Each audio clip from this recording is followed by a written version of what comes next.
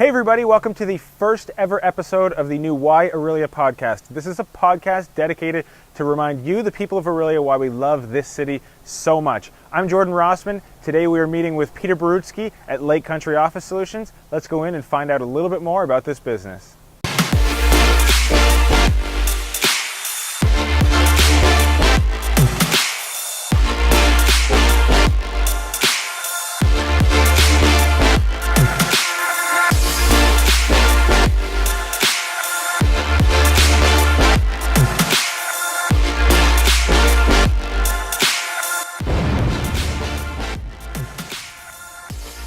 Okay, let's get started. So Peter, for the few people in Orillia who don't know who you are and what you do, tell us a little bit about who you are and what you do. I own Lake Country Office Solutions, and we're a total solution provider for office equipment, phone division, phones and furniture. So any business, any size, big or small, we sell to them all. Perfect. And so tell me a little bit about how you got started in this business. I'm fascinated with entrepreneurs and how they run their businesses, but the thing that really fascinates me is how do you actually get started? Was there something that sort of triggered you, or what was your journey like to get started in this business? Yeah, I've been in the industry for quite a while, and I started in '88, and then in working for different companies as sales and then sales manager, and then the company I was working for, which we control market share with, got bought out by an American company. Okay. We were out of Barrie, and at the time I was in my late 30s. So I let it run for a bit to see how it went, and after 4 or 5 years I could see the direction that being owned by a corporate was. Mm-hmm. So then I was in my early 40s, and I didn't want to work for a company that wasn't going to be around when I was in my 50s. So I decided to start my own company, and that way if it didn't work, well then I got no one to blame. Right. So when I started this company, I kind of joke about it. If I was a day older, I wouldn't have had the money. If I was a day younger, I wouldn't have had the energy. So, it's one of those things you need to be able to be when you're getting into business. You need money and energy. Right. And I was at the lucky age I had both. And we started in 2002, me and 2 other guys that worked at the company I was with. And we started just 3 guys out of this office, and we've grown it from there. Wow, it's impressive. It's something I can relate to as starting my own business. It's a lot of sleepless nights in those first couple of years, wondering how you're going to pay those bills, how you're going to make it happen. Is this something people need? Are they going to trust you? All those things. So it's really something that I'm passionate about learning more about. Is how do we get people to buy in when we first start? So this is a podcast about Orillia. I know you service a broad range of areas, but this is about Orillia. So what has Orillia specifically meant to your business? Yeah, the reason I did my business in Orillia was because I'd worked all over the world, did a lot of sales even in Toronto, and I'm originally from Orillia, and I wanted a good place to raise my family, and that's why I came back to Orillia in 1990. And I thought, okay, well, if I'm going to, have a company, I want it to be in Orillia, not in Barrie. Right. And it's a great place. People in Orillia are what I like to work with. Right. They're the farther south you go, the less they care about, the relationships. It's more about price. Mm-hmm. And the farther north you go, it's more about, okay, well, let's look at your value-added sell. What do you actually have? And, let's talk more about it. Right. Not as stressed, not as rushed.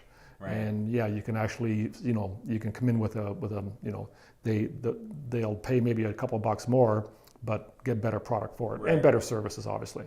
I've found in a small town that starting a business in a small community, and Orillia has grown a lot, but when you would have started, it was quite a bit smaller. It almost forces you to create a business that provides a product and service that you're really proud of. You almost don't have a choice but to do that in a small town, whereas judging by your experience, it may be a little bit different in Toronto.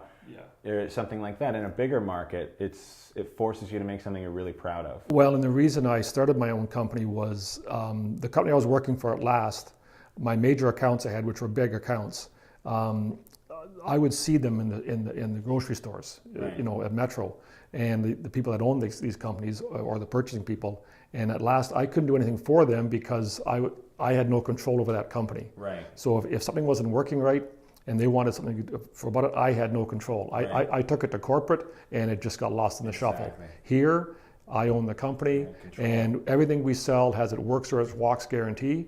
So if we put something in, it doesn't work, we replace it and give you another one. Amazing. You know, so Yeah. it's again, like, so I go, well, that takes away that objection of, you know, is it going to work? No, it's going to work. If not, I'll give you another one. Right, right. And it's one of those things, like we said, especially when you're starting your business, being able to sleep at night, knowing that at least if there's one thing you don't have to worry about, you don't have to worry about whether your customers are happy. You know for sure that they're happy. Yeah. So we've talked a little bit about how you got started, a little bit about your business. As you and I both know, every business has its challenges. What's been one, whether it's the number one challenge or one challenge that's stuck out to you, specifically to maybe a small town? What's the hard part about running a business in a small town? In my case, growth, because you've got a limited number of people to sell your product to, and we're not selling retail. I'm selling 100% to business. Right. So in Simcoe County, in Muskoka, there's 10,000 businesses that I can sell to. In Orillia, there's 800. Right. So if I just did Orillia, you know, like it's a small market for what my particular product is. So I decided at the time we were just selling photocopiers. So in 2002, that's all we did. In 2006, I bought Hamilton and Company, which was a furniture company, which was out of Orillia, been around for 26 years, and had a lot of accounts in Orillia. So that more than doubled my base right away for Orillia people. And now I could take those customers that had furniture and go sell them photocopiers. And then in 2009, I started a phone division. So then now we can go to those exact same people and sell them more product. Right. So I can't grow Orillia business that's not there, but I can Right. sell what I can bring to them as a service. Right. So you can offer more and more services, and that was sort of how you got over that limited amount of. And then recently, just in December, I bought Northern Business Equipment, their photocopier division, and they were 99% in Orillia.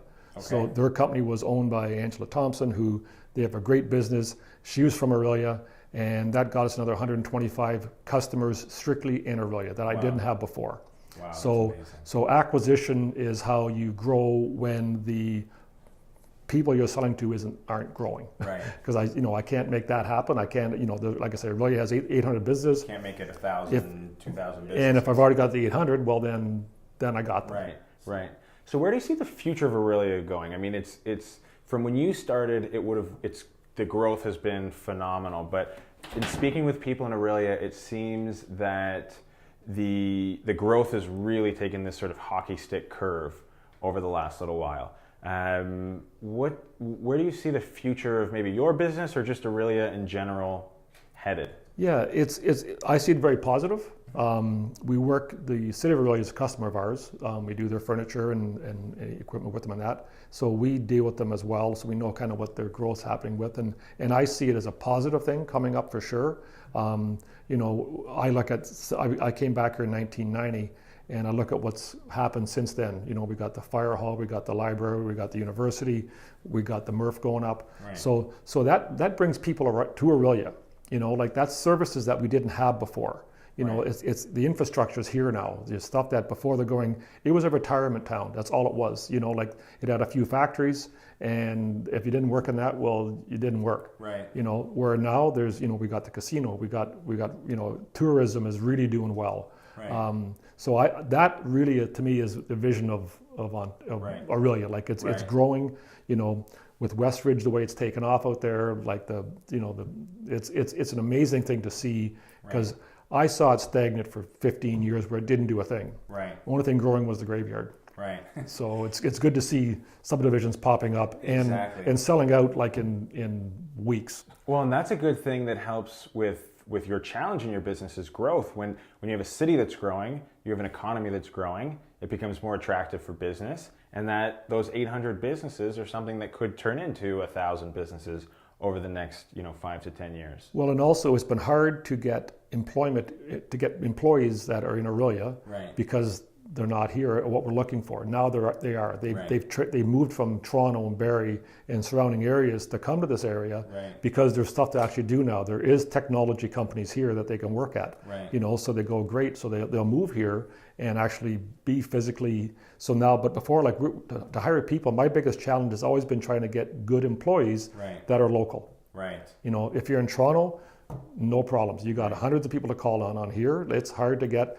and this isn't just in my industry. This is, I talk to a bunch of people I do business with, and it's really hard to get, people that are local that are here. Absolutely. So we've learned a little bit about your business. We know a little bit about what you do now and the importance of Orillia. What's one product or service that you guys are offering right now that really is getting you excited?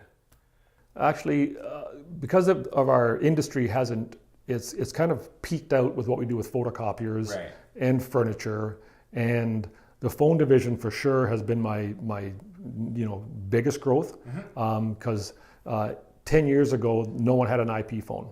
They didn't want it. They didn't care about them. Well, now everything to do with phones, it's all find me, follow me. Feature sets that you can be anywhere in the world. They phone your office and you get the call wherever you're at. So that feature, the phone division for sure has been my biggest buzz. And as of now, we're just broadcasting wireless internet to Orillia. So we started that in January, and as of now, we're going to be providing internet to local business in Orillia because the area that we're particularly in has bad internet. And so we've known that for 15 years that I've been here, and nothing's happened. So I did it myself, and I partnered with Fibernetics, who is our phone division, and we have a tower out in front of our building now that we're broadcasting internet from, and we have people live. Ourselves, we're using our own internet now here we're not with Bell or Rogers or anything else. We're on our own. We're on Fibernetics wireless internet now. Wow, and I'm fascinated with that idea in general, because I know that the city of Orillia has talked a little bit about internet downtown and that sort of stuff, and the infrastructure that provides to be able to make all of your products and services more efficient in businesses is absolutely huge. And so I'm really excited to hear that you're moving in that direction.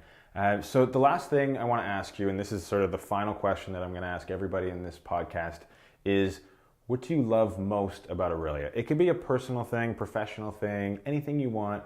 What is the most, important thing about Orillia to you? Lifestyle. I moved here. I was born in Orillia. I left in 77. I came back in 1990 to raise my family.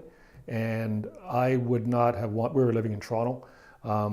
And I am so glad that I did that. Both of my children are still local here now. They're employed in Orillia. They're working in Orillia. They're going to have their families in Orillia. So that to me is and the lifestyle of Orillia matches what I am. I've been all over the world, and Orillia is where I want to settle down. And I could have been in any major city in North America to work, and because I had the opportunities. And Orillia is where I came back to because it's of just the lifestyle. We got the lakes, we got the country, we got everything you want, and we don't have 4 or 5 minutes of traffic lights and you're through it. Exactly. So it's not the hustle and bustle. I hate going to Toronto anymore. Yes, me too. And it's funny, I grew up in Orillia as well, and so many people, they leave Orillia, they do their thing, they need to go see the rest of it, and then they realize when they get to the big cities that they really miss something about Orillia. And that's really the whole point of this podcast is I found in my travels that we have we have this bad rap sometimes, but Orillia is an amazing city that so many people who leave end up coming back because they miss it. And so that's something that really excites me. Can you grab the thing from the car? His. Yes. Oh. Please, it's right there. Out of the bag? So just right here. Great. So Pete, I wanted a little quick story for everybody watching and listening. The way I don't know if it was the first time we met, but really the first bonding experience that we had was over a long time ago. It was over a bottle of Jack. So I wanted to thank you for being the first guest ever on this show. I wanted to give you a bottle just to Well, show my appreciation. thank you very much, so Jordan. there you go. Awesome. I'm sure it won't go to waste. No, it won't. It was It won't. one of the most memorable things of the first time we really got to. And I know you're of age then when I gave it. When you had had a drink, of course you were. Barely, but I was Yes. was of age. Yes. For those people who are listening Yes, and paying attention I would to never that part. serve minors. Yes, of but course. Yeah, yeah. So yeah, that was great, and thank you so much. Okay, awesome.